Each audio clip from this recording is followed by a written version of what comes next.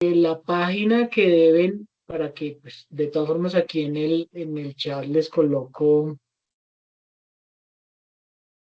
la dirección para que hagan el cálculo de su huella ecológica, que básicamente es para que lo traigan la próxima clase, traigan el valor, el dato que les da, no tienen que enviarlo ni nada de eso, simplemente para mostrarles, pues hagan el ejercicio para que veamos un poquito lo del cálculo de la huella ecológica. Dentro de esa huella ecológica está la huella de carbono, que es la que más pesa, está la huella energética, y pues digamos, la idea con este ejercicio que quiero que hagan es determinar realmente, para que ustedes se den cuenta cuál es la demanda que están haciendo de los recursos naturales para su, llamémoslo estilo de vida, o para sus necesidades básicas, como lo quieran ver. Entonces, por favor, voy a copiar esta dirección y se las coloco en el chat, por si no la están viendo adecuadamente, que nos está cargando esto. Listo, ya. Entonces, para que hagan ese cálculo, no tienen pues que hacer donaciones, nada. Si ustedes quieren hacerlo, están en libertad de hacerlo. Simplemente es un ejercicio, es una fundación que realiza este cálculo, presta asesorías para muchas regiones del mundo y pues me interesa que vean un poquito de eso. Lo trato de explicar la próxima clase, pues muy superficialmente, porque la idea es que pues veamos que esto sirve y que ahora en los negocios, inclusive en las bolsas del mundo, uno de los indicadores que están solicitando, que están mirando, pues aparte del balance social y todo lo que ustedes han visto, dentro de las valoraciones que se le están dando a a las organizaciones es su huella ecológica. Entonces los inversionistas están mirando si las organizaciones están a la vanguardia en este tipo de requerimientos que hace la sociedad. Ya no es solamente digamos, hasta cierto punto el mercado o algún inversionista, sino en la sociedad en general y sobre todo en las naciones desarrolladas donde existe un mayor, digamos, conocimiento de esto. En Colombia todavía estamos muy lejos de eso, aunque ya, digamos, grandes empresas del país, inclusive estatales como Ecopetrol, ya vienen realizando sus cálculos de huella de carbono y demás. Entonces, para que por favor la calculen y lo socializamos la próxima clase. ¿Listo? ¿Alguien tiene alguna noticia que comentarnos? ¿Trajo alguna participación, alguna noticia relevante? Desde que nos, supongo que de los que están presentes alguien tiene que hablar de los hipopótamos que van a sacrificar, porque supongo que me van a preguntar eso. Es el tema de moda en el país, ¿no? No, yo traigo una más triste. Ah, de tristeza, pero ¿por qué los hipopótamos dan tristeza? Bueno, no, porque son animales, son seres vivientes, profe, aunque estén en el ecosistema que no es, pero pues son seres vivientes. Sí, pero Eh, pues son un peligro de salud pública y de seguridad. sí, Bueno, no, cuéntame. claro que sí, Eh, profe, pero todo ser viviente está en este mundo por algo. Bueno, la noticia que yo leí, Ambientalista, eres ambientalista. Bueno, cuenta. la noticia que leí fue que el IDEAM pues ya confirmó la extensión total del glaciar en el Nevado del Cocuy, Sí. que pues se hizo como, bueno, con el apoyo del Agustín Codazzi, Ujú. determinaron pues cuál es la cobertura glacial y pues ya es cero. Se confirmó totalmente la extensión. Más o menos sobre el 2016 quedaba como un 0,15 0,15 kilómetros cuadrados y ya, pues desapareció eso. Entonces sí, pareció muy triste. Dice esa profe. Pero triste porque leí. Pues porque de todas maneras lo que decía el artículo Sí. era que de todas maneras eso es un golpe para la estabilidad ambiental de nuestro país, ¿no? Porque de todas maneras estos cuerpos de hielo pues funcionaban como un reservorio natural que liberaban gradualmente el agua. Ujú. Entonces, pues por eso es que me parece triste y porque de todas maneras, sí me acuerdo bien, decía también que eso tenía como unas burbujas de aire que eso también pues servía como archivo geológico del clima en nuestro país. Ok, pero pues te doy otra positiva para que no estés tan triste. El Nevado del Ruiz, en el último reporte, aumentó el área de hielo que tiene, o el área de nieve, como lo quieran llamar. Eso se llama técnicamente glacial. Sí. Entonces ha aumentado. Entonces, digamos que en unos lugares sí ha disminuido y en otros ha aumentado. Con esto no quiero decir que está bien lo que está pasando, ni mucho menos, pero simplemente son, digamos que en algo tiene razón y no soy, no lo, digamos, no lo admito como una persona adecuada ni buena, pero el presidente de los Estados Unidos en sus discursos ha tenido algo. El cambio climático es básicamente lo que ya había explicado, es un fenómeno natural acelerado por nosotros. Es básicamente eso. Entonces, algunas naciones se han pegado de eso para desmentirlo, pero en algunos, digamos, lugares del mundo sí se ha recuperado la captura de CO2 y se ha, digamos, aumentado los glaciares. A mí me preocupa más en Colombia, según un reporte que en un estudio del IDEAN, es los páramos, porque realmente los páramos son los que producen agua. Entonces, pues, ya lo había mencionado en otra ocasión, entonces es más esa preocupación por ese ecosistema que son únicos en el mundo más que los glaciales. Con esto no quiero decir que es que está bien que los de nevados desaparezcan, ni mucho menos. Pero pues es, digamos que son ciclos naturales. Lo que pasa es que nosotros desde el punto de vista de tiempo humano lo vemos pues muy crítico porque se ve demasiado rápido y los procesos en la naturaleza siempre son a largo plazo. ¿Ok? Entonces, pues bueno, muchas gracias, Ley. ¿Alguien más?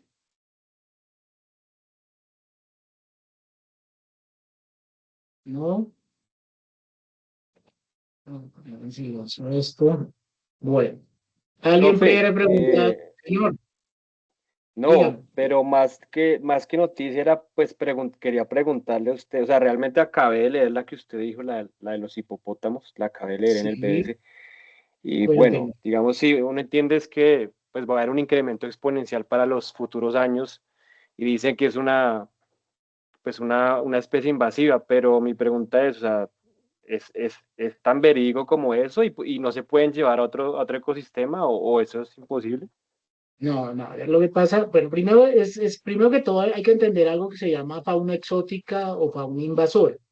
Desafortunadamente, esos organismos los trajo Pablo Escobar, ni siquiera de África, los trajo de Estados Unidos, y ya eran organismos adultos, trajeron 4 para Colombia, y esos se reprodujeron y se calcula el último censo que hay, porque no es un valor real, porque no están todos, digamos, no están marcados ni monitoreados, más o menos entre 150 y 160 fue el último dato que escuché del reporte de esto.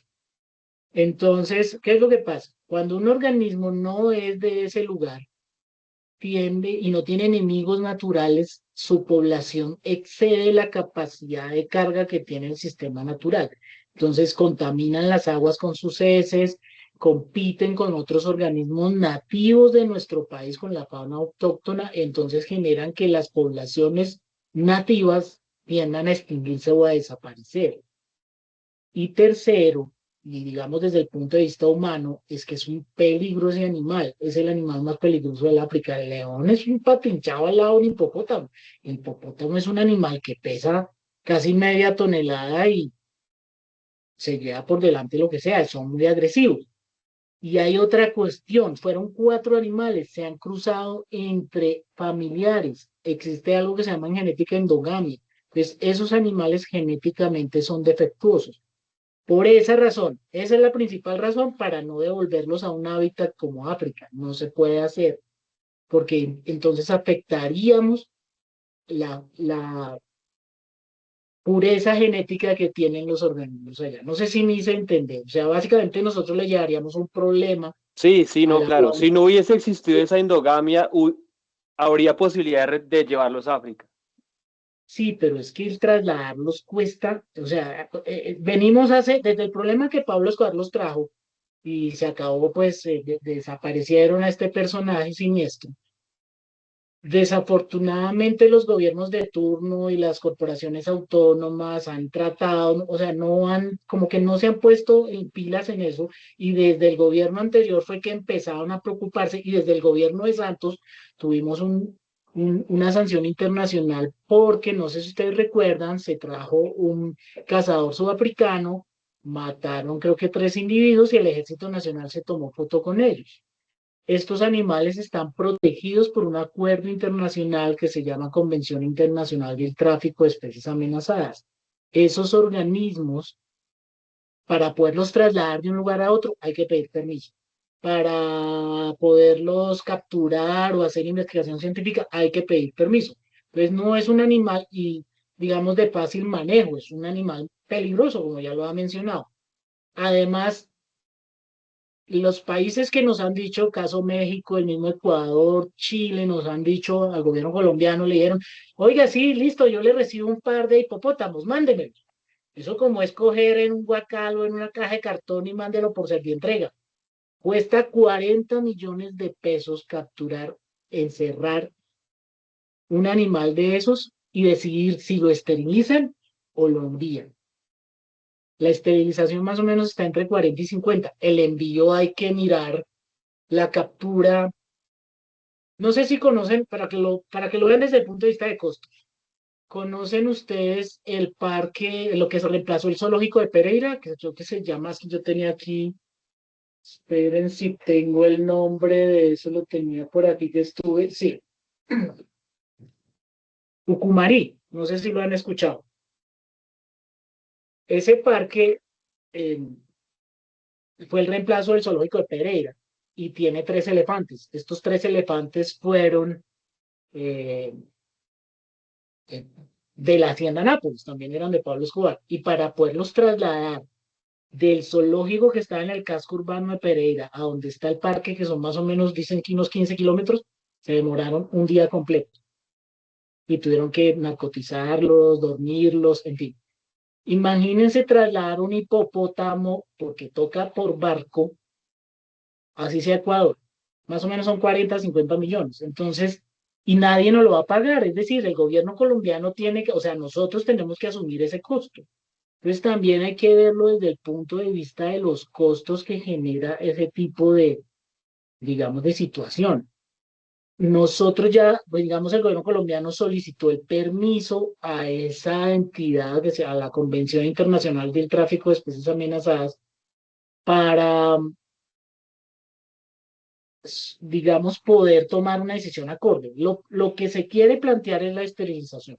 Es lo primero que se quiere hacer, pero más o menos cuesta 30, 40, depende del tipo, no es fácil, tiene que ser personal muy especializado. Estoy mirando la resolución, pero no, todavía no he visto, escuché lo que dijo la superministra de Ambiente, que mejor no voy a hablar de ese tema por respeto a las damas presentes y porque después es un conflicto, pero no es la persona capacitada para eso. Si no fue el ministro de Minas, imagínese Ambiente, ¿cómo sabrá? Bueno, en fin.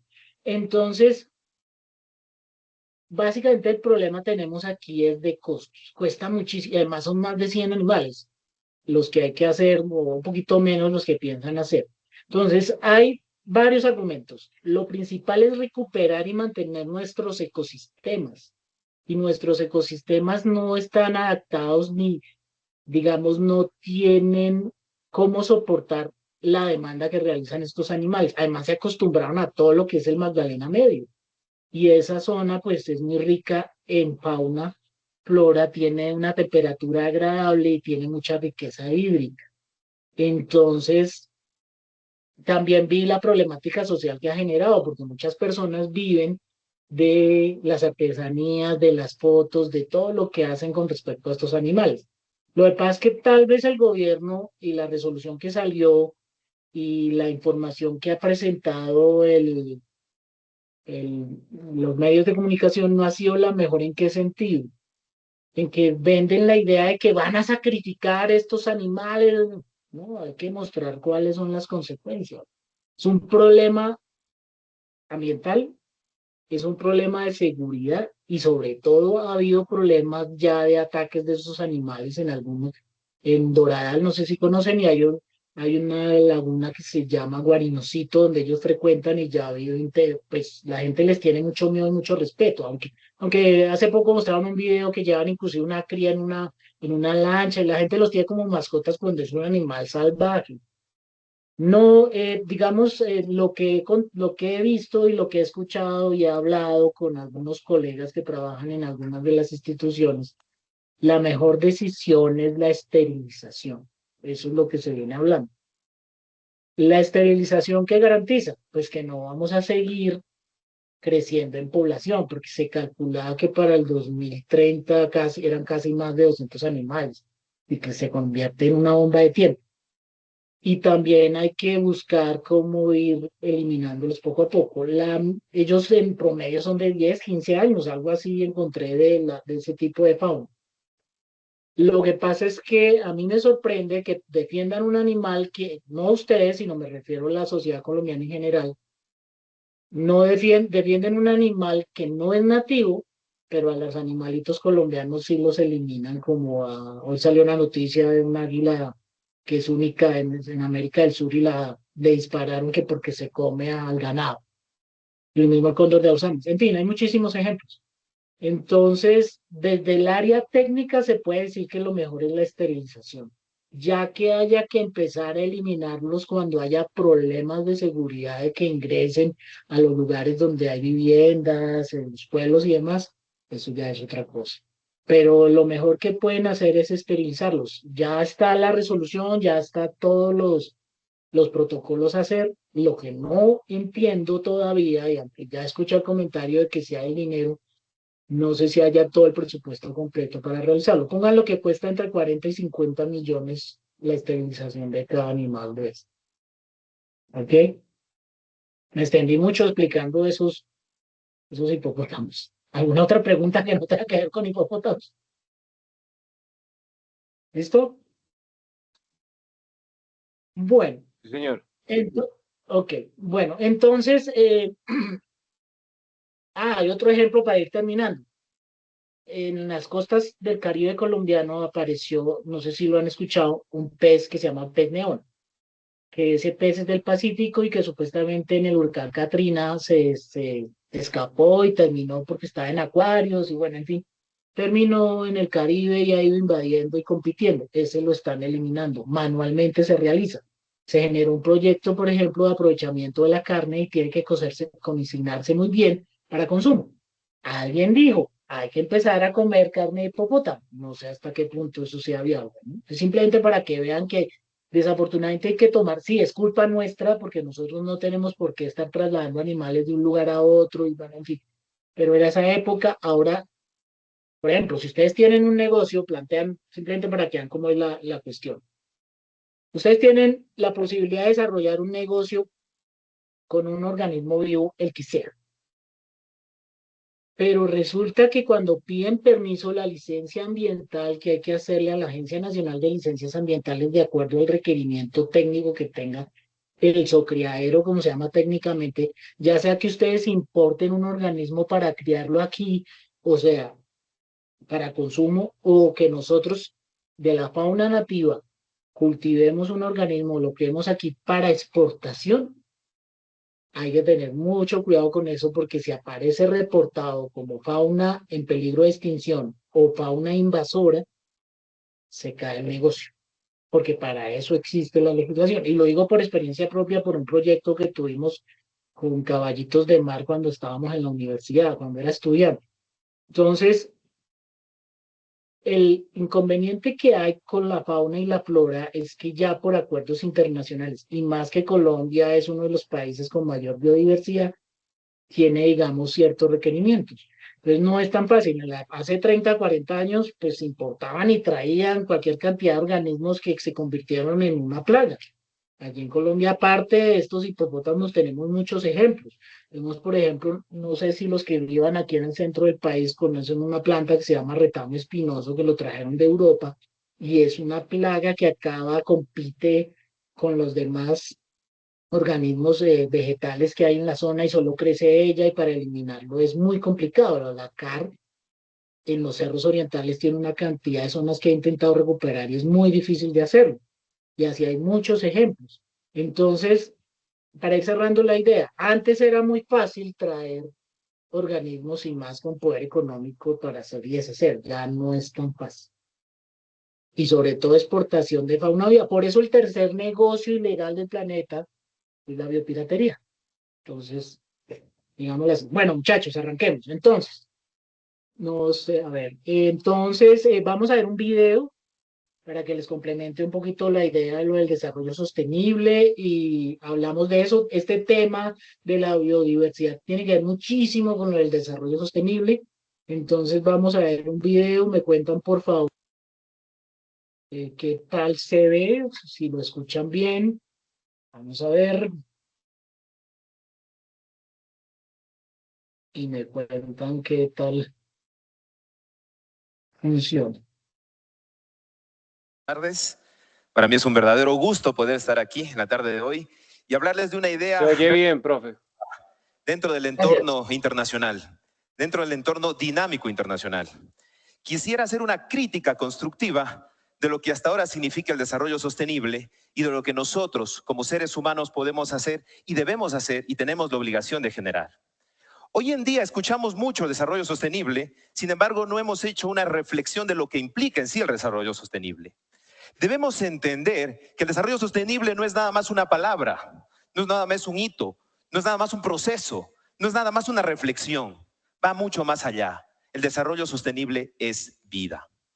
Quisiera saludarlos a todos, para mí es un verdadero placer poder estar en la tarde de hoy comentándoles todas mis ideas y creo yo que el objetivo fundamental de esta expresión es que ustedes tengan una reflexión. Les invito a reflexionar la idea de desarrollo más allá del paradigma que todos nos han vendido. Voy a tratar de exponer algunas imágenes que quisiera que ustedes capten, las entiendan y desarrollen tres inquietudes generales.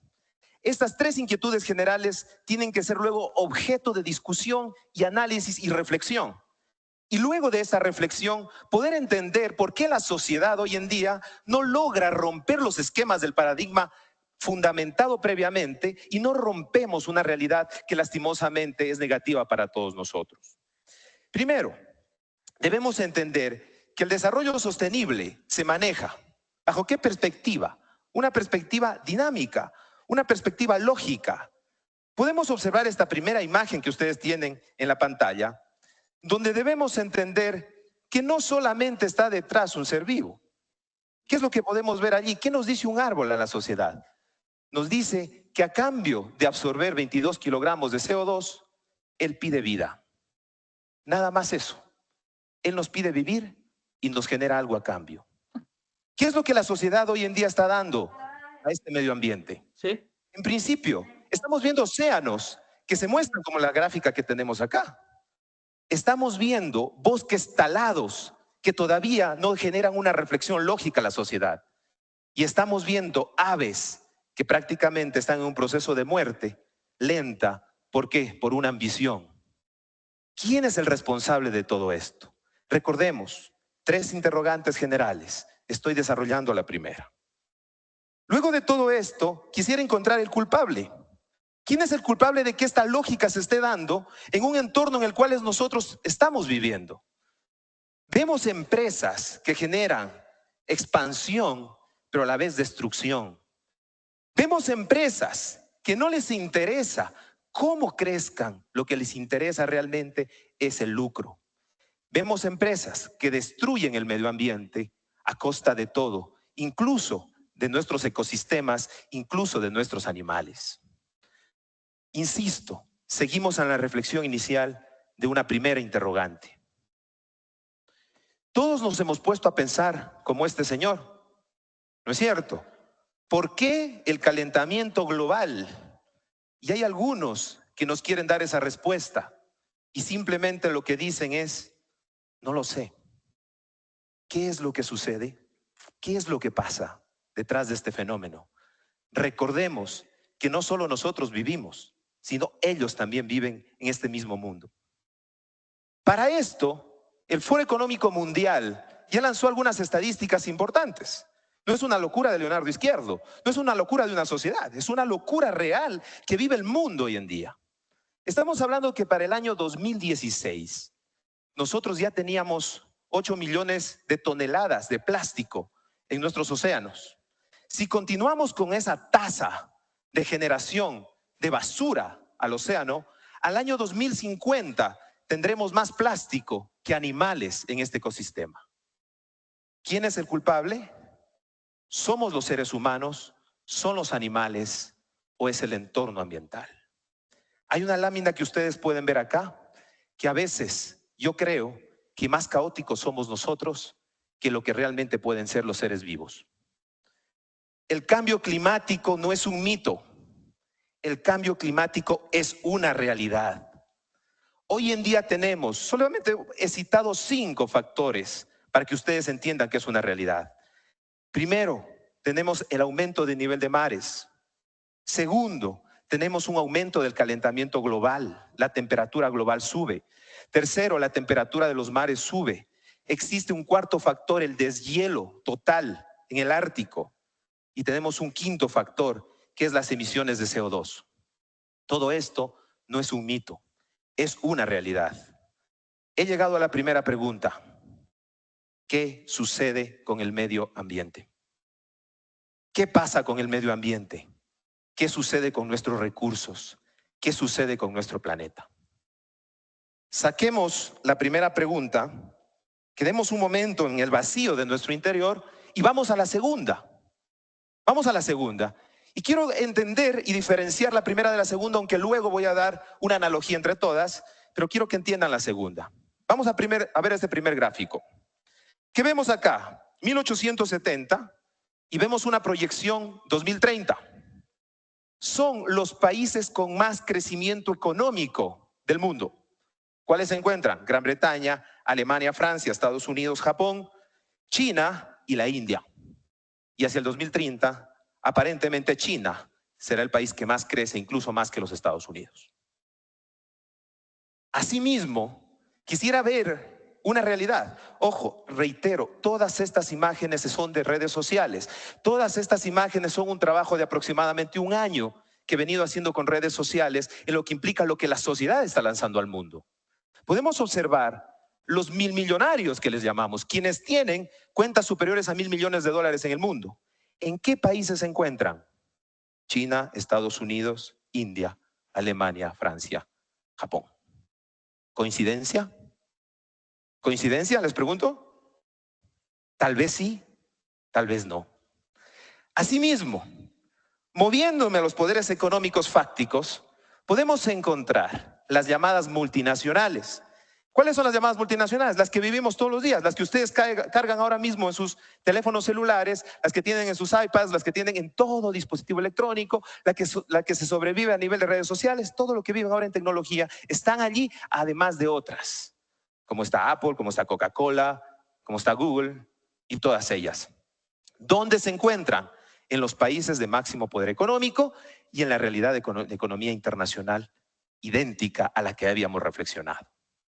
Ahora mismo son estas empresas las que tienen también mecanismos de desarrollo y de rankings donde su poder económico se incrementa en el día a día y todavía no logran entender que el porqué de una sociedad que destruye genera ingreso. Ahora, la gran reflexión hacia la segunda interrogante. Estos países que tienen más nivel de crecimiento económico son justamente los países que más contaminan. Entendemos China, entendemos Estados Unidos, entendemos India, que son los 3 países que van a tener mayor nivel de crecimiento hacia el año 2030. ¿Y el resto? ¿Y el resto? Y también muchos de estos países son quienes más niveles de pobreza tienen y mayor inequidad social están generando.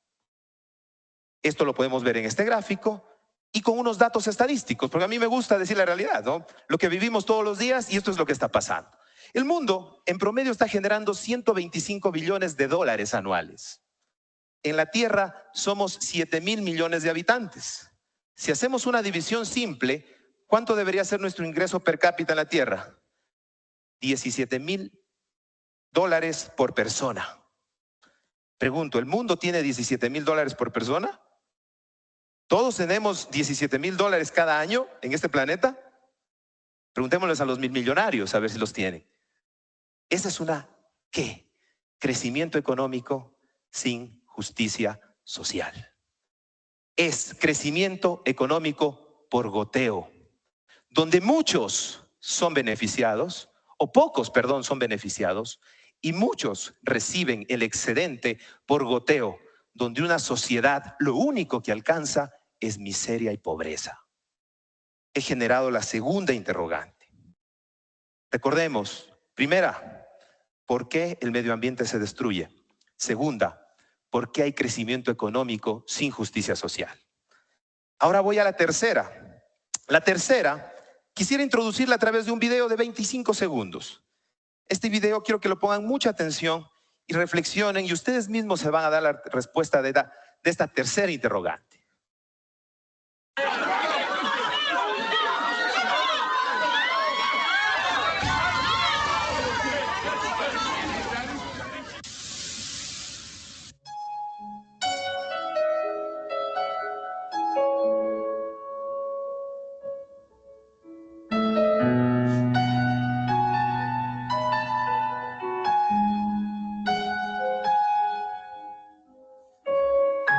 Esta es la tercera pregunta.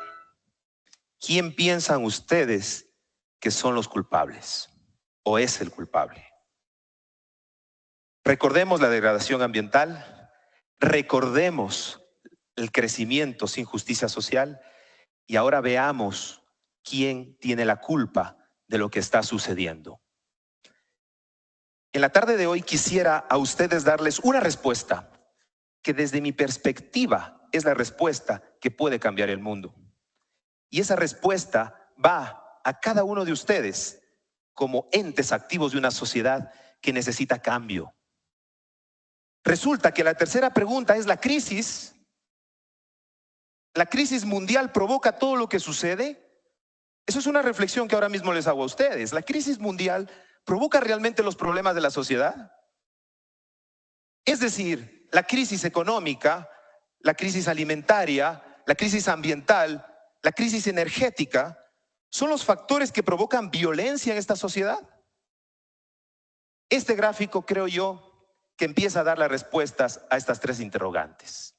Observemos este gráfico. ¿Qué es lo que nos dice?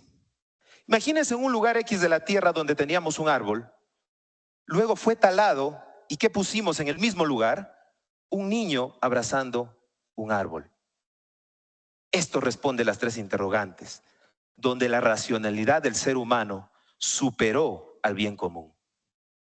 El momento que el pensamiento racional se convierte en irracional y devora toda una sociedad, lo único que está generando es ambición económica y destrucción ambiental y social.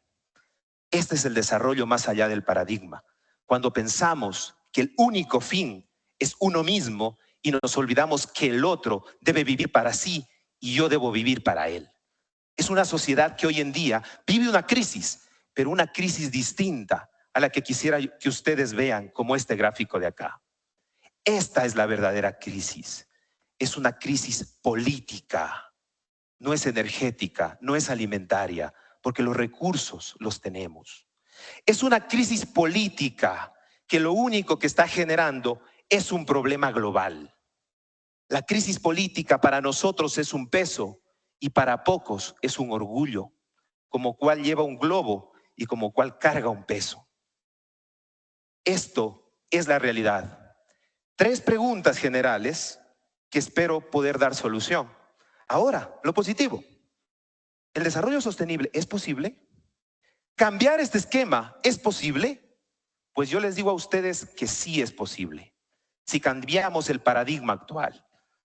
Miren lo que ha sucedido en el mundo. Desarrollo sostenible. Estocolmo 72, Wageningen 76, Brundtland 87, Río de Janeiro, Brasil 92, Nueva York 92, Kioto 98, Nueva York 2000, Johannesburgo 2002, Río más 20 en el 2012, ahora los ODS en el 2015. Todo esto es un fracaso. Hablamos casi 50 años de un pacto global de desarrollo donde obviamente pocos se han beneficiado y muchos nos hemos perjudicado. Esto es una muy buena visión y un campo trazado hacia conseguir las metas ir de los ODMs a los ODS, pero yo les puedo decir y estoy seguro que el desarrollo sostenible desde lo global es un fracaso. Entonces, la solución es que el desarrollo sostenible desde lo local es una oportunidad. ¿Y dónde está lo local? En las comunidades. ¿Dónde está lo local? En los grupos. ¿Dónde está lo local? En el desarrollo comunitario. ¿Dónde está lo local? En las asociaciones productivas. ¿Dónde está lo local? En volver a nuestras raíces. Pensar en desarrollo en territorios. Eso es lo local. Este desarrollo sostenible sí puede darse siempre y cuando entendamos que nosotros somos los actores de una sociedad distinta y nosotros somos los únicos que podemos cambiarla. No podemos esperar que el otro lo haga, no podemos esperar que los políticos lo hagan. Ya vieron que los políticos generaron un fracaso rotundo a esta sociedad. Esta sociedad, lastimosamente, ha fracasado por el pacto global. Así que lo local debe ser una oportunidad. Y yo los invito a entender que esto es un verdadero reto. Entender que la tierra en realidad es la mejor obra de arte. No existe otra y es única. Entender que nosotros pintamos este desarrollo y somos los únicos en nuestro metro cuadrado quienes podemos trazar la cancha para que el desarrollo se ejecute. Para esto necesitamos participación local de todos los actores, hasta el mínimo posible. Ya no esperemos de los de arriba, pensemos en los de abajo, quienes generan el cambio hacia arriba. Y nosotros debemos ser quienes cambiemos desde las universidades, desde los municipios, desde las comunidades, desde los colectivos. Ese cambio se da cuando aprendemos de las necesidades, vemos la visión, vemos las capacidades y creemos en el desarrollo de ellos, no de nosotros solamente. Esto es desarrollo sostenible. Aunque en la ciencia esto se llama Landscape Approach y tiene una investigación ya de hace algún tiempo, es el método de paisaje, pero esto va más allá de la ciencia. Es un recurso local propio que debemos entender y cambiar. Cuando cambiemos en pensar que los ODS comandan el territorio, están equivocados. Pensemos que el territorio comanda a los ODS. Cambiemos el sentido de la vida. ¿Y qué he expuesto aquí? Aquí hay un pentágono de cambios sociales que significa o que va desde la perspectiva de la ciencia. El área rural y urbana necesita capital humano, necesita capital físico, necesita capital financiero, necesita capital natural y necesita capital social. Aquí está la clave. Los 5 pasos hacia el desarrollo en los territorios y en lo local. Luego sí, pensamos en las 4 dimensiones del desarrollo. En lo económico, en lo social, en lo ambiental y en lo institucional, para así hablar de los objetivos de desarrollo sostenible y del cambio que espera la naturaleza.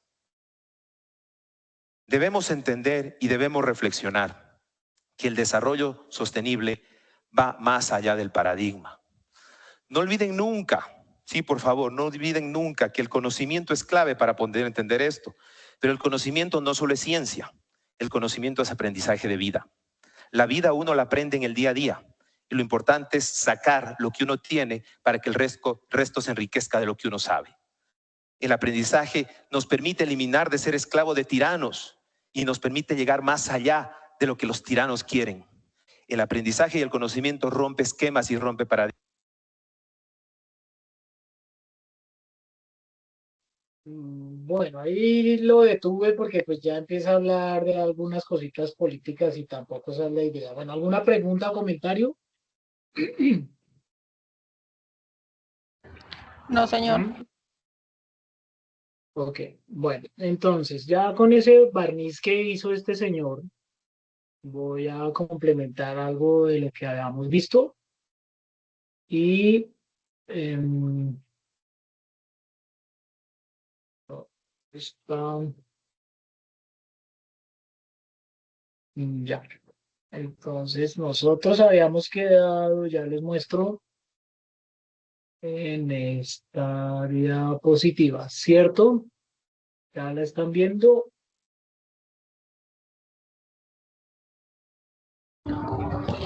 Sí, señor.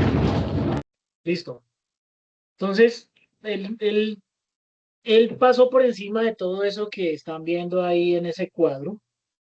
Básicamente lo que quiero retomar es hablar de la pues primera reunión y tiene mucha razón este autor o este conferencista con respecto a que todo ha sido pues, palabras en un grito a la bandera en muchos aspectos. ¿Por qué? Porque lo que más critica este personaje es que nosotros tenemos que adaptar lo que nos dicen de naciones desarrolladas a nuestro medio y resulta que es que no es lo mismo, no es adaptable, no es funcional lo que viene de afuera y lo más importante, cada región del mundo tiene que ser autosostenible. Esa es la única manera en que conseguimos la famosa sostenibilidad.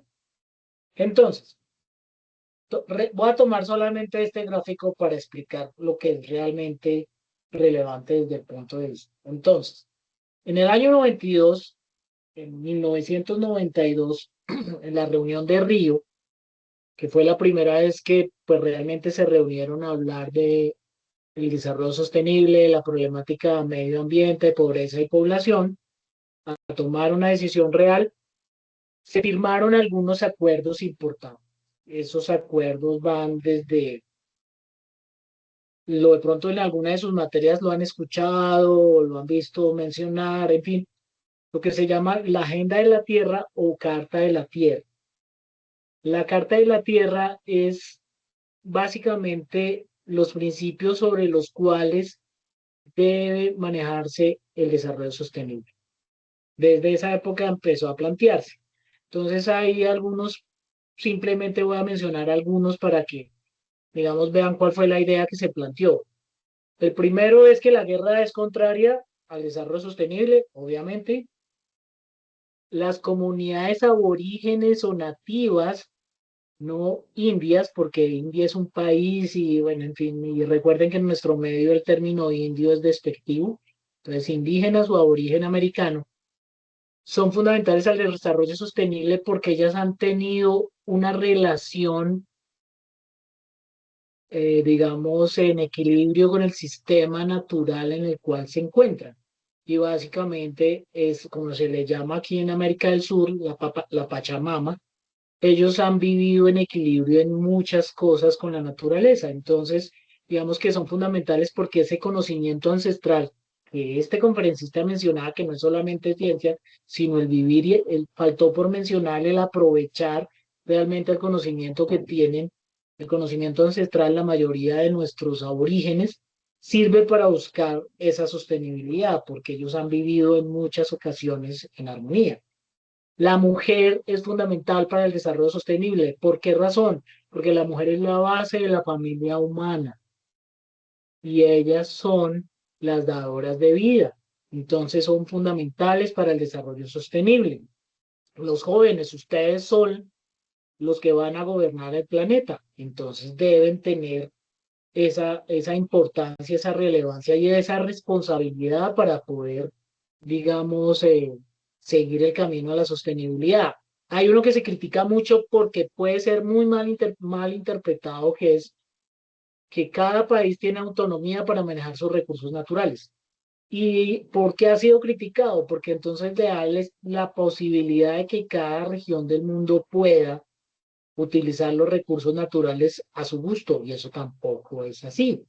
Hay que manejarlos de manera correcta, en fin. También se habla de que al manejo ambiental en los diferentes países del mundo debe dársele un estatus de alto nivel en los gobiernos o en los estados, mejor porque el gobierno es el que está de turno, sino en el estado. Y a raíz de eso, Colombia creó la ley 99-93, que más adelante le explico, pues, para que la comprendan un poquito mejor. Y así crearon una cantidad, digamos, de parámetros sobre los cuales se busca la sostenibilidad. Luego, dentro de eso también se firmó algo que se llamó la Agenda 21, que eran los principios que deberían tener todas las multinacionales del mundo para su comportamiento al futuro. Eso se transformó en lo que se llama el Pacto Global que este autor critica. ¿Qué es el Pacto Global?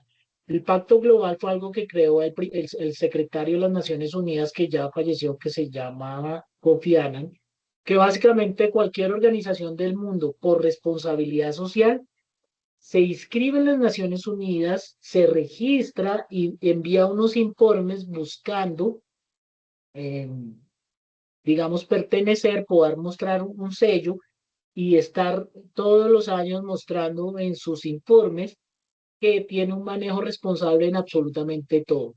En Colombia había escritas al año pasado, creo que más de 200 instituciones, muchísimas universidades, incluyendo públicas, y uno de los factores que más generó, digamos, que muchas organizaciones no pudieran ingresar a este famoso pacto global es el derecho a asociación o el sindicalismo, digámoslo así. Entonces eso ha generado pues algunos inconvenientes para algunas organizaciones que tienen su, digamos, su problema con los sindicatos. La otra, pues digamos, el otro acuerdo importante que se firmó fue el Convenio de Diversidad Biológica, en el cual Colombia y muchas naciones latinoamericanas son consideradas patrimonio de la humanidad porque tienen una riqueza natural fundamental. Y eso hace que Colombia inclusive ha recibido fondos para proteger los recursos naturales. Entonces, también se hizo algo sobre cambio climático y sobre áreas boscosas. Luego a los 5 años hubo otra reunión, luego a los 10 y luego a los 20. Se han ido modificando todos estos acuerdos y básicamente lo que se busca que es esto que está aquí. Desde antes de Río 92 ya había un informe que se llama Nuestro Futuro Común o básicamente también lo llaman Informe Brundtland. Este básicamente, ¿qué plantea? ¿Por qué se llama Informe Brundtland? Fue dirigido por la primer ministra de Noruega y se puede decir que el origen del desarrollo sostenible fue creado por la mujer. Por eso tiene tanta relevancia en muchos gobiernos, en muchos otros no. ¿Por qué? Porque se supone que las Naciones Unidas respeta la cultura de cada región y hay regiones en el Medio Oriente donde pues desafortunadamente las mujeres no son valoradas ni son, no tienen los mismos derechos, en fin, su cultura y para nosotros los occidentales en muchas cosas son bárbaros, ¿no? Entonces, ¿cuáles son los elementos de la sostenibilidad? Disminución de la pobreza, control de población, mejoramiento de calidad de vida o de condiciones de vida y aumento de tecnología. Buscar la sostenibilidad como objetivo planetario, es decir, todo el planeta. Esto no es de las naciones desarrolladas exclusivo, las de vía de desarrollo. Todos los países del mundo deben buscar esa sostenibilidad. Y fíjense en lo último, debe existir un crecimiento económico entre 5 y 10 veces. ¿Para qué? Para garantizar que pues, se genere el desarrollo. Porque recuerden, en la clase anterior hablamos de qué era desarrollo y qué era crecimiento. Y que el crecimiento es el aumento paulativo y que se mide básicamente en PIB, que es cuantitativo, y que el desarrollo es cualitativo, pero que depende de ese crecimiento económico para poderse cumplir. ¿Cuál es la importancia de todo esto que se ha creado? A pesar de que desafortunadamente la mayoría de toda esta información la consideran muchos autores, como el conferencista que les mostré, un grito a la bandera, letra muerta. ¿Por qué? Porque realmente muchos gobiernos del mundo no han puesto o no tienen la capacidad económica, técnica o realmente la voluntad. Entonces, el primero, se fortaleció el eje ambiental en la política económica. Todos los países que firmaron los acuerdos, aclaro algo aquí porque generalmente esto genera algo de confusión. Cuando hay una reunión de cualquier tipo y con cualquier institución multilateral y que la comunidad internacional se reunió a firmar un acuerdo, el representante del país en ese momento firma como representante de ese gobierno o de ese país, pero no ratifica. La ratificación es algo que ocurre después. En el caso colombiano, el documento que se firmó allá, la declaración que se hizo en cierto lugar sobre cualquier tema, viene para que el Congreso de la República lo verifique y lo convierta en ley. Al convertirlo en ley, Colombia lo acepta y se adhiere y tiene responsabilidad sobre ese acuerdo. Esa es la diferencia. ¿Qué hacen algunos países? Ejemplo, Estados Unidos.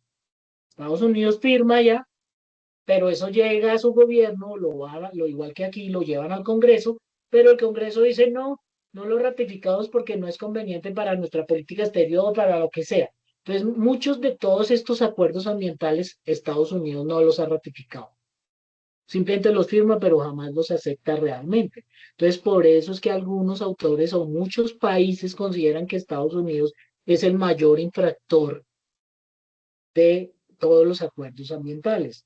Este señor Trump en su primer mandato se salió del Acuerdo de París de cambio climático. Entonces, digamos que ellos tienen una tradición en donde no cumplen y muchísimos otros países lo hacen. Compromiso con la equidad, ojo que equidad no es igualdad, ¿no? Entonces aquí es costos y beneficios se reparten entre toda la sociedad. Ricos, pobres, no pobres, lo que sea, tienen que de una u otra manera contribuir a ese manejo y a esos pagos. Todos hacemos parte del sistema y debemos corresponder a él. No estar recibiendo subsidios, subsidios y subsidios, que eso desafortunadamente ya hay muchísimos ejemplos, se convierte en un problema porque se genera algo que se llama mecenazgo o dependencia y esa dependencia hace que la gente, en lugar de buscar soluciones, lo que encuentra es la mendicidad o estirar la mano o esperar que un tercero me solucione el problema. Se cambió el término es decir, ya no es crecimiento, sino desarrollo. Ya no es en indicador económico, sino en algo más cualitativo, lo que hemos hablado del desarrollo. Y básicamente lo que se buscó fue estructurar o darle a cada gobierno o a cada estado la posibilidad o la obligatoriedad de generar un estatus ministerial, en el caso colombiano, de todo el manejo ambiental. Es lo que ocurrió en Colombia. Entonces, ya más adelante les muestro un poquito la constitución política y algo de la ley 99-93. Bueno, la sostenibilidad débil es sobre lo cual está basado el desarrollo sostenible en casi el 95% de los países del mundo. La gestión ambiental, los mercados verdes, los negocios verdes. ¿Por qué? La sostenibilidad débil es lo que ustedes han visto o a lo que es en el texto que tienen ustedes de esta materia, en la primera unidad, de lo que habla básicamente de la famosa triada que contiene la parte natural, económica y social. ¿Por qué sostenibilidad débil? Porque es basado en el pensamiento económico tradicional, ortodoxo o antiguo, que es básicamente capital, tierra, trabajo. Si alguno de ellos falla o falta o necesita apoyo, pues los otros dos lo pueden ayudar. Entonces lo ven aquí ustedes que el sistema natural está interrelacionado con el sistema social y el sistema económico y que aquí en este puntico donde está la intersección de estos tres componentes es lo que llamamos sostenibilidad. Matemáticamente, ¿qué es lo que se plantea? El capital total de la sostenibilidad débil es el capital natural existente en la región correspondiente o lo que se esté analizando, el capital manufacturado, que es la forma o los tipos de productos y demás que realizan. El capital humano se refiere a la cultura, los valores y todo lo que presenta esa sociedad, más todos los capitales que puedan existir o haya en ese lugar, capital financiero, el que haya, hasta N capitales. ¿Por qué se critica tanto este modelo? Porque como ven en la ecuación, si llega a faltar cualquiera de estos va a disminuir, pues simplemente se aumenta. Y eso equilibraría la ecuación. Eso no es cierto. Y lo vemos por la cantidad de problemas ambientales que hay en la mayoría de países del mundo que han tenido este manejo. La naturaleza nunca responde como espera el hombre desde el punto de vista económico. Esa es la razón de ser. Entonces, esta sostenibilidad débil es la que se ha implementado en casi todos los países y por eso es que no ha funcionado. Ya les explico más adelante en la sostenibilidad fuerte. Entonces, miren, aquí tenemos la interrelación de estos tres, que está el social, el económico y el ambiental o natural. Entonces, entre el social y el económico está que hay una equidad intrageneracional, es decir, entre la misma generación se cumplen necesidades básicas y hay sustento. Entre el económico y el ambiental hay una valoración de los recursos naturales y hay una internalización de las externalidades. Ya lo habíamos mencionado en otra clase, pero con muchísimo gusto lo explico. La externalización es un daño que se le hace a un tercero sin intención. Es un costo social, digámoslo así. Y básicamente es que una empresa no quiere contaminar el aire ni el agua, sino por su proceso productivo lo hace, porque necesita producir y vender un producto. No, yo no quiero generarle problemas a terceros. Entonces, la internalización, ¿qué es? Que esa misma empresa que está contaminando el aire y el agua coloque o mejore sus procesos productivos, planta de tratamiento, o elimine parte de los componentes tóxicos o contaminantes en su proceso productivo. Eso es internalizar. Entonces, eso se ve muchísimo en economía ambiental y si la están viendo, pues aprovechen eso porque les enseña a calcular bastante las externalidades. Y entre ambiental y social es la equidad entre dos diferentes generaciones. ¿Qué es lo que pasa con el concepto de desarrollo sostenible? Que es entre dos generaciones y una lógica en el tiempo. Porque estamos hoy pensando en los recursos que estamos utilizando, pero tenemos que pensar en los que vendrán mañana. Esa es la forma de buscar, digamos, hasta cierto punto la sostenibilidad. Ahora hablamos más de sostenibilidad que desarrollo sostenible, pero a la larga es exactamente lo mismo. Entonces hay varios conceptos. Estos son los que ustedes encuentran en muchas regiones, en muchos textos, perdón. Entonces encuentran que es el desarrollo que satisface las necesidades del hoy o del presente, pensando en las necesidades de los que vendrán mañana. Eso se llama diacrónico, dos generaciones, y sincrónico, que tiene una lógica en el tiempo. Es un soporte económico, tecnológico y con cambio social. Aquí ya le empiezan a meter un poquito esa ideología socialista, inclusive hay algunos conceptos comunistas que ya se pasan al otro extremo. Y lo que se ha demostrado es que desde las reuniones que se han realizado, se pensó en su momento que la contaminación o el deterioro ambiental era exclusividad del capitalismo.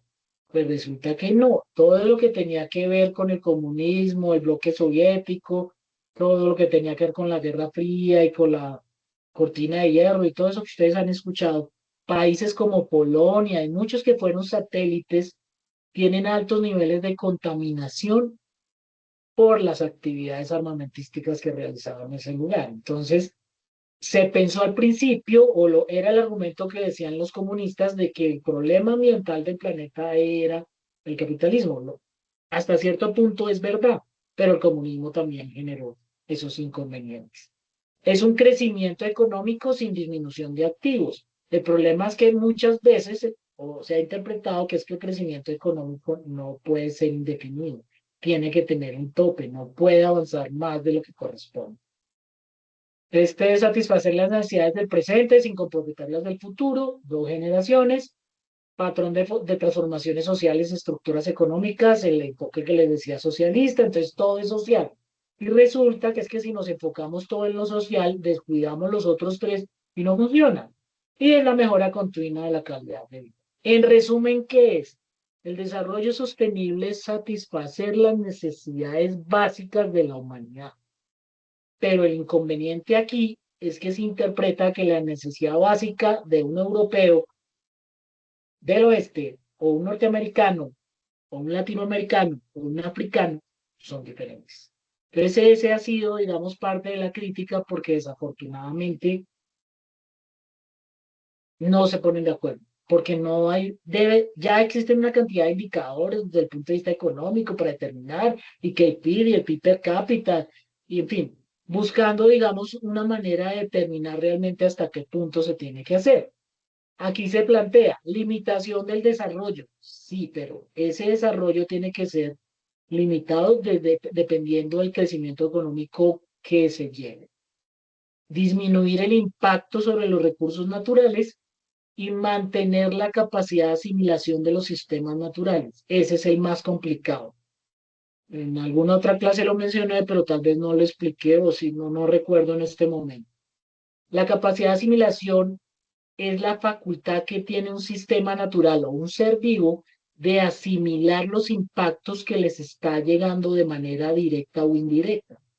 Entonces, por ejemplo, cuando se extrae del océano o se hace corte de árboles, todo se calcula para determinar hasta qué punto yo puedo extraer para permitir que el recurso se recupere. Eso se llama capacidad de asimilación. El sistema asume ese impacto, pero no lo afecta ni logra que se extinga o se acabe.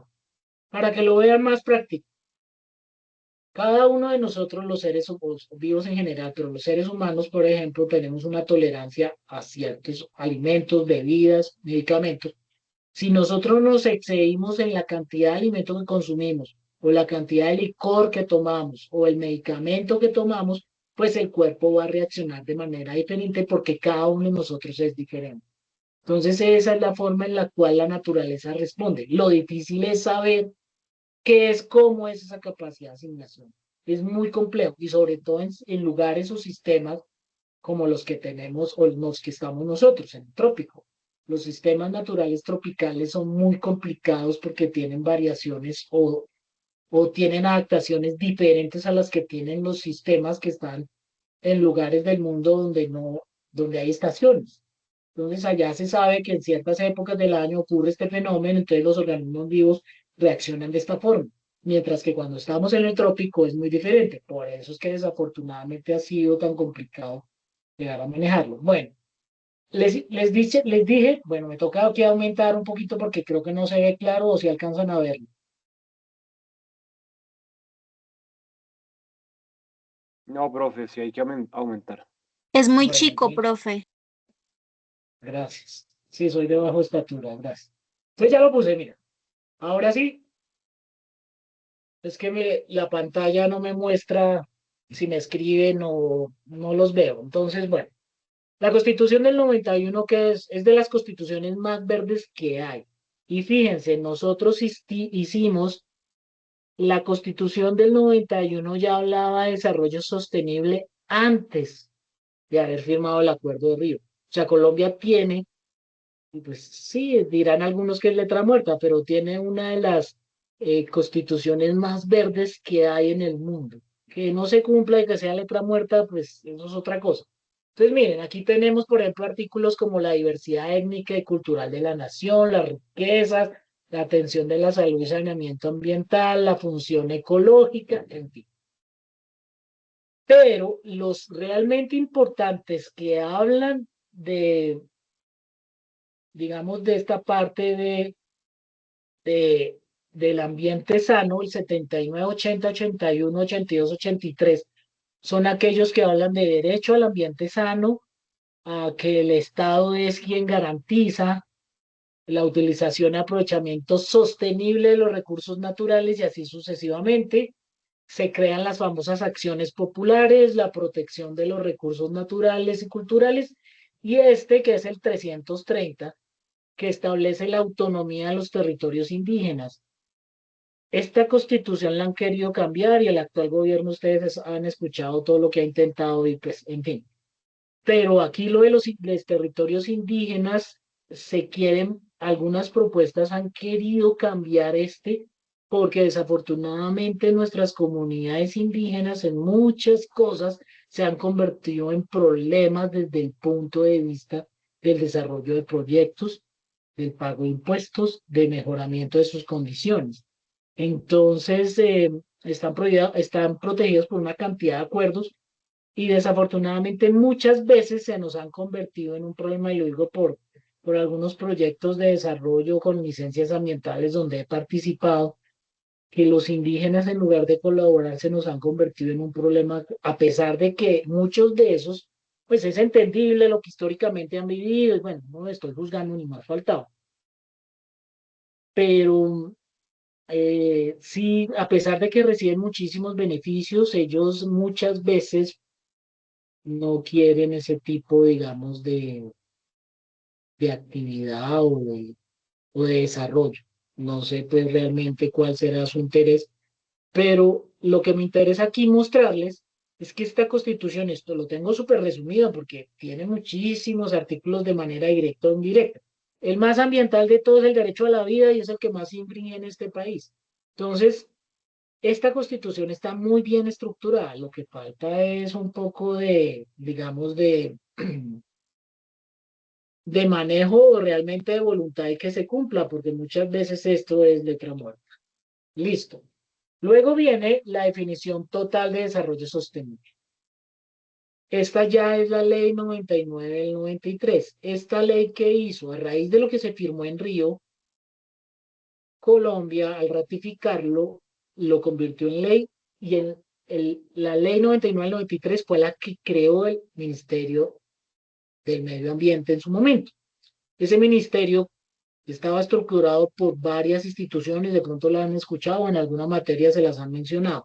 Creó algo que se llama el Sistema Nacional Ambiental, el cual no existe, ustedes no van a encontrar una dirección física, sino que es un conjunto de diferentes organizaciones del Estado que buscan crear la información necesaria para regular, manejar y controlar adecuadamente los recursos naturales de la nación. Se crearon las corporaciones autónomas regionales, se crearon, son 32, no por departamento, están por sistemas naturales o por ecosistemas estratégicos. Por ejemplo, Antioquia tiene dos corporaciones autónomas, Cundinamarca tiene dos, Boyacá inclusive llega a tener tres. Entonces están es por sistemas naturales, no por departamento. La Amazonía tiene tres, entonces San Andrés tiene una especial de desarrollo sostenible, en fin. Estas corporaciones tienen la autonomía para el manejo adecuado de los recursos naturales, en su momento manejan las licencias ambientales y, como dice su nombre, autónomas, pues cobran tributos. Ellas son las que manejan directamente los tributos en su área de jurisdicción para manejar, digamos, controlar y regular lo que corresponde a eso. Las licencias ambientales ya tienen que ver, en su momento era con el ministerio y ahora la tienen con la Agencia Nacional de Licencias Ambientales.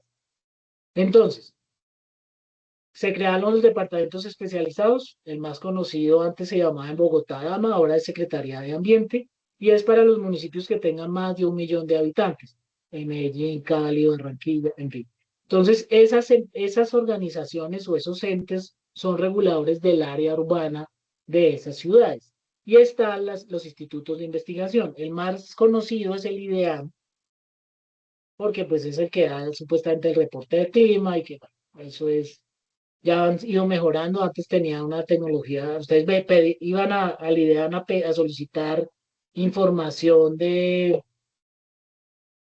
una cantidad de parámetros físico-químicos y climatológicos de una región específica. Y la información que le daba tenía 10, 15, 20 años de atraso. Es decir, era muy antiguo. Ya tienen información en tiempo real. Es más, uno ya puede en la página del IDEAM ver mucha información. Se ha mejorado bastante en eso.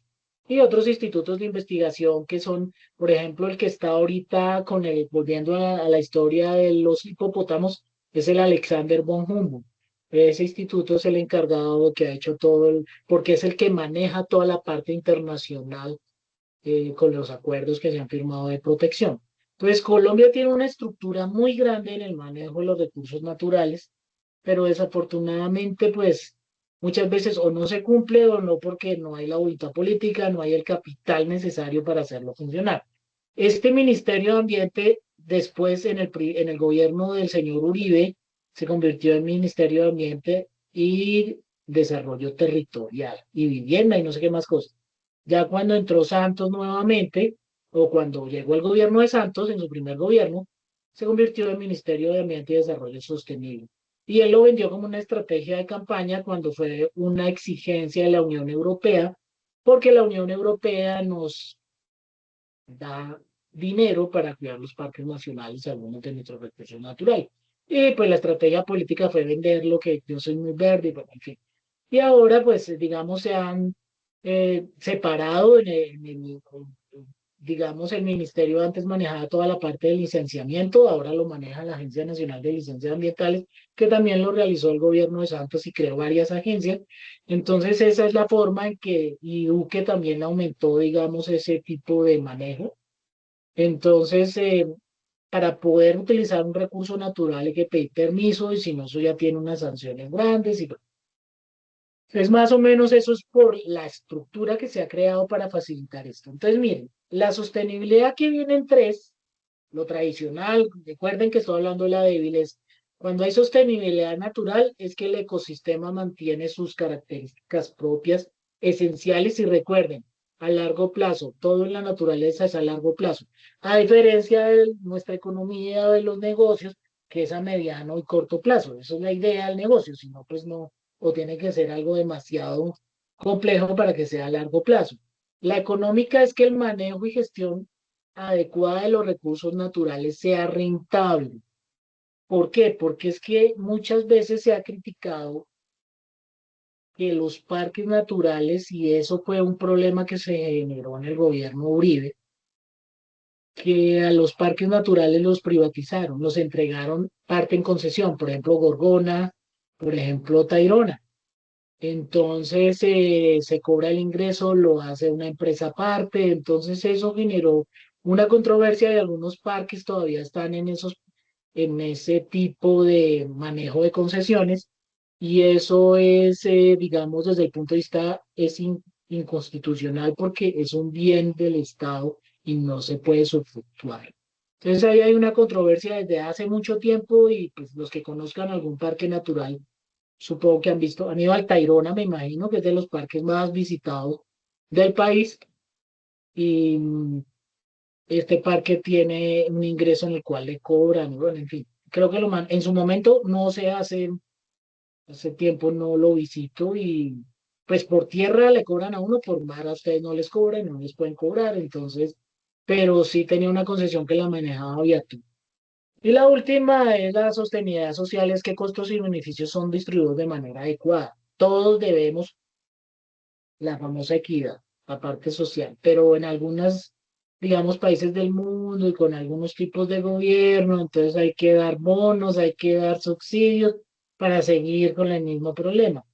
Eso no va a tener solución si no, digamos, se cambia esa mentalidad. El problema es más mental que otra cosa. Bueno, aquí está la sostenibilidad fuerte. Compárenla con el anterior, si lo recuerdan, la triada tradicional, economía, social y natural, que van interrelacionadas y hay una intersección. Aquí, ¿qué ven de diferente?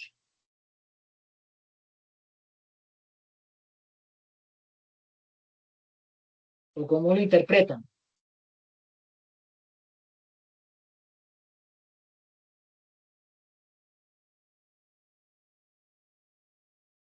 Mm,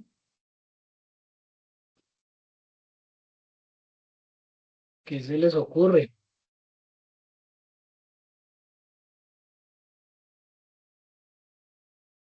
Es muy sencillo, a diferencia del otro, aquí están subordinados o hay una jerarquía, ya que encuentran que el sistema económico es un subsistema, el subsistema social a el sistema natural, que son estos dos, que es el sistema biótico y el sistema abiótico. ¿Qué es lo que pasa aquí? ¿Cuál es la diferencia con el anterior? Que las decisiones que se toman aquí, digamos, desde el punto de vista económico y social, dependen más de esto que de esto. Es decir, como estamos inmersos donde hay una mayor jerarquía, que es el que define qué podemos y qué no podemos hacer, es básicamente esa la diferencia. Entonces, muchas de las políticas de desarrollo de algunos países del mundo como Noruega, Finlandia, Suecia, están basadas en este sistema. Uno de los ejemplos es la desmaterialización económica, la economía solidaria o compartida, como la llaman algunos.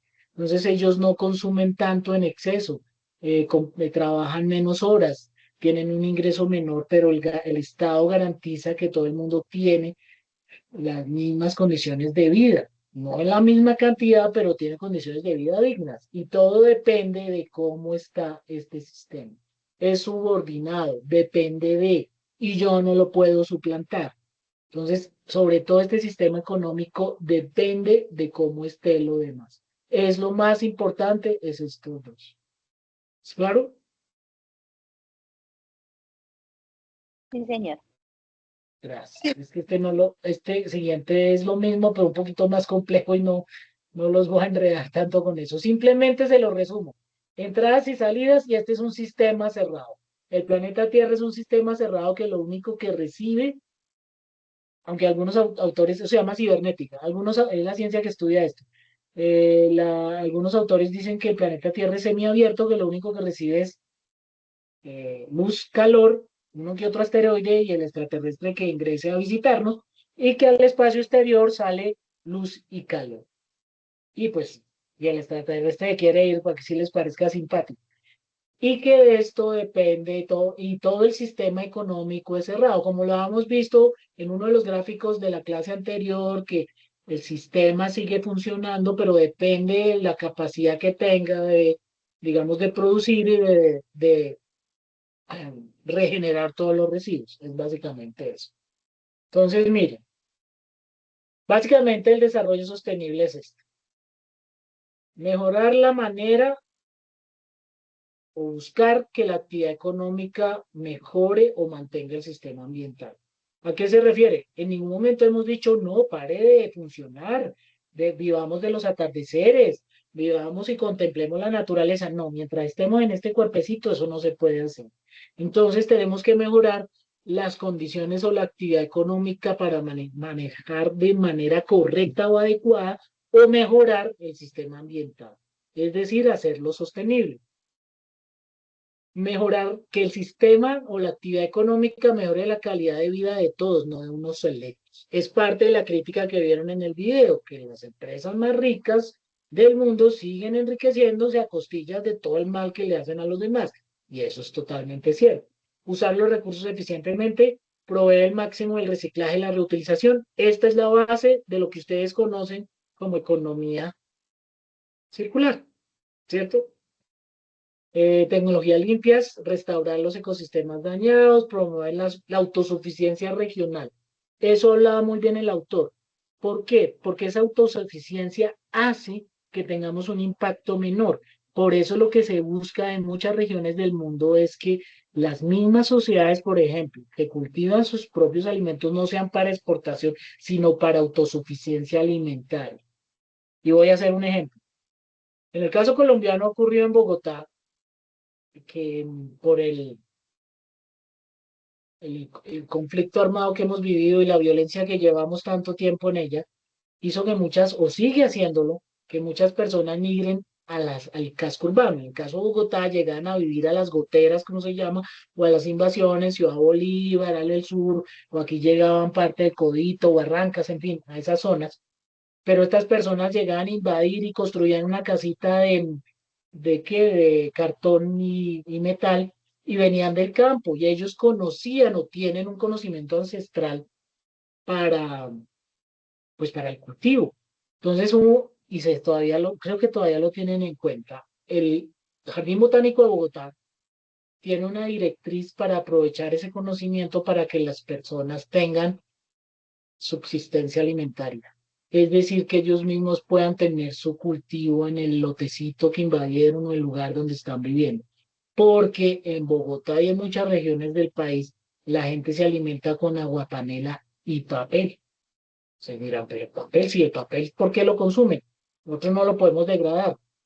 El papel lo consumen para sentirse llenos. Entonces, esos procesos o esos proyectos que generó el Jardín Botánico hace que esas personas que traen ese conocimiento puedan tener, ellos les asesoran, les dan dinero, les dan la semilla y les ayudan para tener sus cultivos. Eso ha demostrado que la autosuficiencia alimentaria genera menores impactos que nosotros tener que importar arroz, papa de otros lugares del mundo. Lo que pasa es que obviamente sale más barato, pero desde el punto de vista de negocios, pero la huella de carbono ha hecho que muchos de esos negocios tiendan a disminuir. Y básicamente es la importancia de la naturaleza para el bienestar humano. Entonces, digamos lo que es, básicamente nosotros hacemos parte de ese sistema natural y pues se nos ha olvidado durante muchos siglos y hasta ahora estamos tratando de entenderlo y de hacer parte de él y pues bueno, esto es lo mismo que les decía aquí, la famosa triada. Entonces, cuando es ecológico y social es que sea totalmente soportable el manejo que le hace el social a la naturaleza o la parte o la gente común o la sociedad del uso de los recursos naturales. Entre la parte económica y natural o ecológico es que sea viable ese manejo. Y el social y económico es que sea equitativo, costos y beneficios. Y el sostenible es la triada, la unión, la intersección, teoría de conjuntos de primaria. Entonces, esto es lo que supuestamente debe funcionar el desarrollo sostenible. Lo venimos haciendo realmente desde el año 92 y no hemos conseguido avanzarlo como debe ser. Vamos a hablar de los ODS. Estos fueron los objetivos del milenio. Salieron o empezaron a desarrollarse en el año 2000, estuvieron hasta el 2015 y eran 8. Y eran estos: erradicar la pobreza extrema y el hambre. Educación básica para todos. Yo estoy mencionando cómo fueron diseñados y cuál era su objetivo. Obviamente tienen unas metas y si me pusiera a desglosar cada uno aquí nos quedamos todo el resto del ciclo.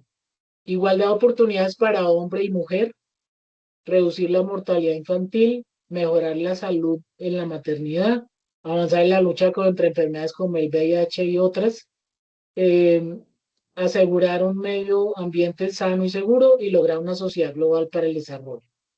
Se vencieron en el 2015 y como no se cumplió ni el 30% de lo que se planteó, decidieron ampliarlo. Y aquí están, se convirtieron en 17. Y aquí tenemos, fin de la pobreza. Si ven como el anterior, lo que hicieron fue desglosarlo. Fin de la pobreza, y ustedes me van a decir al final cuando termine qué tanto de esto se ha cumplido. En algunas regiones del mundo sí se ha logrado sacar algunas sociedades de la pobreza y por consiguiente al hambre cero, porque recuerden que en el anterior estaban unidos. Salud y bienestar es el equivalente a lo de las enfermedades.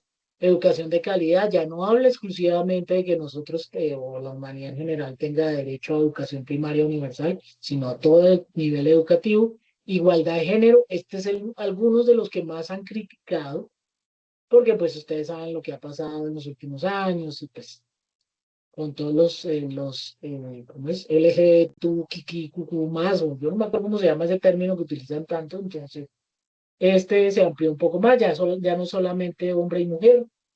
Agua limpia y saneamiento, mejoramiento de condiciones de vida dignas, es básicamente esto.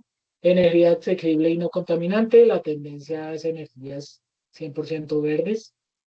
Trabajo decente y crecimiento económico, aquí básicamente se busca que los niños, eh, eso, Heidi, sí, LGBTI, gracias. El trabajo decente y crecimiento económico básicamente lo que evita es tener pues obviamente trabajo infantil y todo ese tipo de cosas, esclavos y todo eso que desafortunadamente en regiones del mundo todavía las grandes empresas del mundo multinacionales muy grandes, sobre todo de moda y de tecnología, tienen trabajadores que son casi que esclavos. Eso se ha tratado de eliminar, pero regiones en Bangladesh, en donde más, el último escándalo fuerte fue para empresas españolas, no recuerdo si fue en Bangladesh o en Indonesia, y también muchas en Vietnam. Entonces es complicado todavía esto. Industria, innovación e infraestructura, mejorar todas las condiciones de vida de las poblaciones donde están, básicamente que tengan agua limpia y saneamiento y que tengan posiciones o habilidades o posibilidades de desarrollo industrial, innovación en los países. Reducción de desigualdades, básicamente tiene que ver con el fin de la pobreza. Y estas desigualdades en algunas regiones del mundo, en lugar de disminuir, han aumentado. Ciudades y comunidades sostenibles, lo que en alguna clase les mencioné, creo que fue la anterior, que la idea es que las ciudades sean un poco más pequeñas para que sean más viables desde todo punto de vista, más confortables para la sociedad y no monstruos poblacionales como Bogotá o como las grandes capitales del mundo. Producción y consumo responsable, básicamente es cambiar los procesos productivos y que ese consumo responsable busque la sostenibilidad desde el punto de vista de hacer consumos adecuados, correctos y que tengan que ver mucho con el respeto al fabricante, al comercializador y que realmente lo que se consume es para necesidad y no por llenar vacíos emocionales. La acción por el clima básicamente es que busca es la lucha contra el cambio climático. El 14 es la recuperación de los ecosistemas marinos que han sido, ya lo había mencionado, se calcula que entre el 30 y el 40% de los ecosistemas marinos todavía son viables, la gran mayoría se han perdido.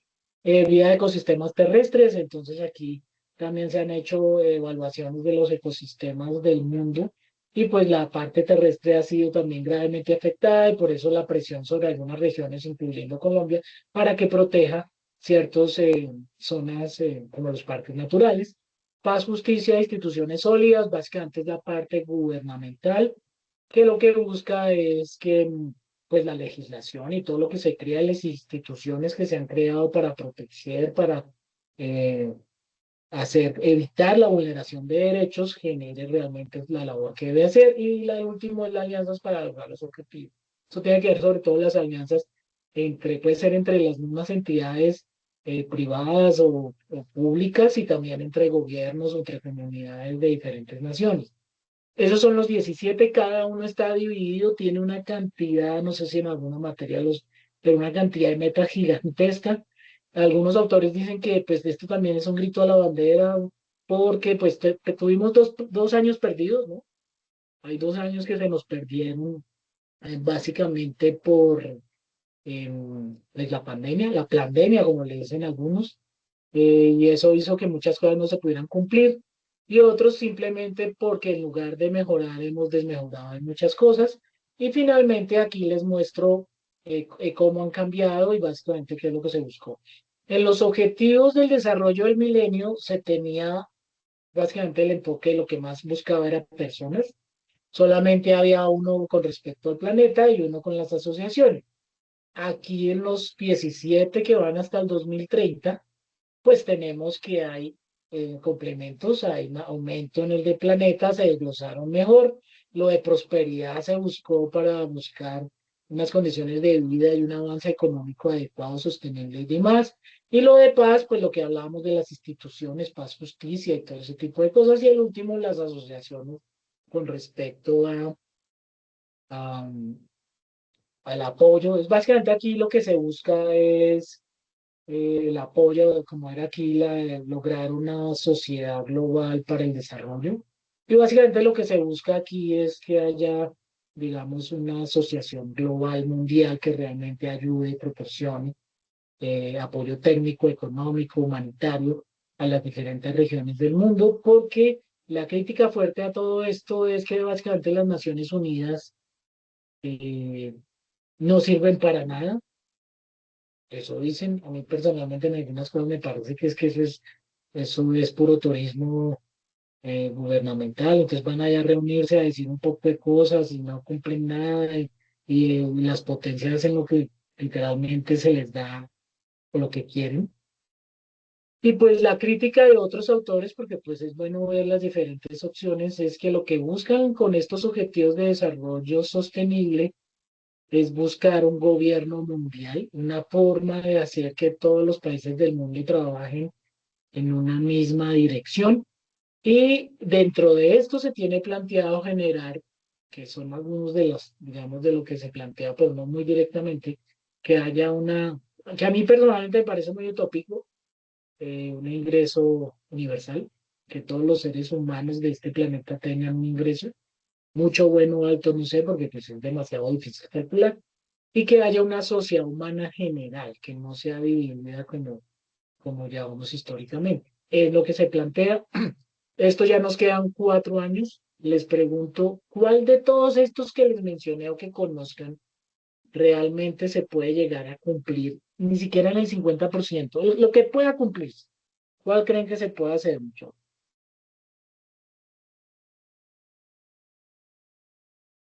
¿Mm?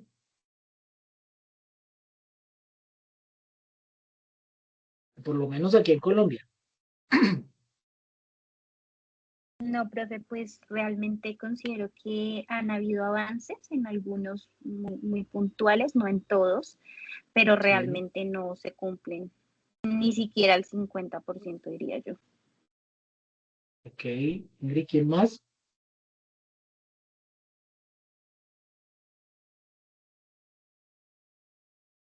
Porque, bueno, yo diría, aquí en Colombia, según algunas de las cifras, la parte educativa que viene desde el gobierno anterior, ya hasta la educación superior es gratuita, la política de gratuidad, se ha avanzado muchísimo, pero culturalmente también hemos retrocedido.